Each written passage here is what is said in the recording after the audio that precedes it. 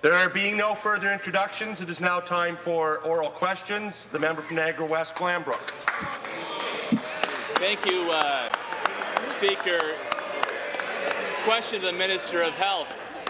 Minister, every day more details are leaking about the rapidly growing scandal at eHealth Ontario. Minister, you claimed last week that the reason why untendered contracts were handed out to consultants was because of, quote, unforeseen emergencies. Minister, do you still maintain that to be the case? Sir. Speaker, in fact, last week and this week, I have shared the concern, as has the Premier, of certainly taxpayers, and to make sure that we are delivering value for the dollars that they are sending us, and also ensuring that we finally deliver on an eHealth system for the province of Ontario. I can tell the member that yesterday I had the great pleasure to speak with Mr. McCarter, the Auditor General of the province of Ontario.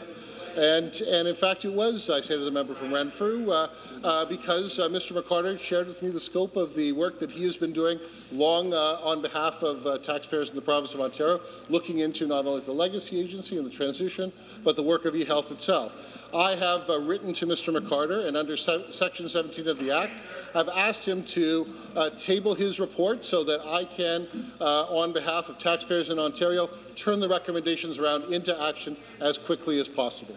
Supplementary. Well, Speaker, I listened very closely, and I didn't hear a yes or a no. I think the minister is backing away from his earlier claim of untendered contracts for unforeseen emergencies only. Minister, you know that Accenture received numerous untendered contracts totaling $1.3 million. Wow. The CBC reported last night that William Falk, a partner at Accenture, was listed on Sarah Kramer's job application as a reference. The CBC also reports that they are close family friends. Mr. Speaker, could the minister explain exactly what the nature of the so-called unforeseen emergency was around the $1.3 million Accenture contracts, or is the reality as it appears? More evidence of the incestuous relationships, the quid pro quo, you scratch my back, I'll scratch yours mentality that you allowed to fester at your rogue eHealth agency. Minister.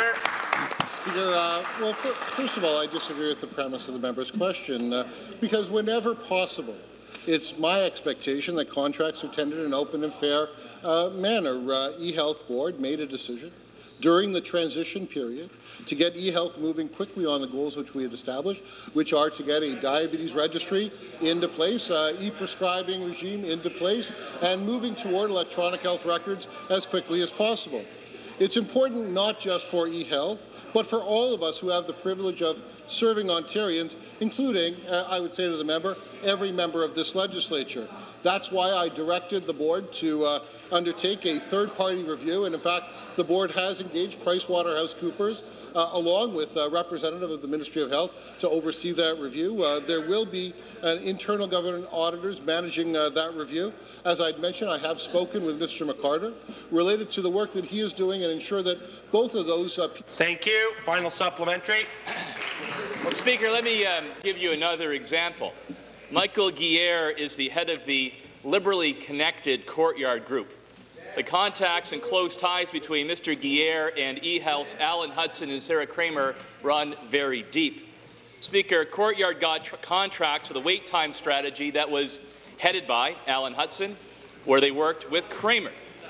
Liberally Connected Courtyard also got contracts at Cancer Care Ontario, headed by Alan Hudson, where they worked with Sarah Kramer. Whoa. And now Liberal-friendly Courtyard received over $1 million in untendered contracts at eHealth, which is, no coincidence, headed by Alan Hudson and Sarah Kramer.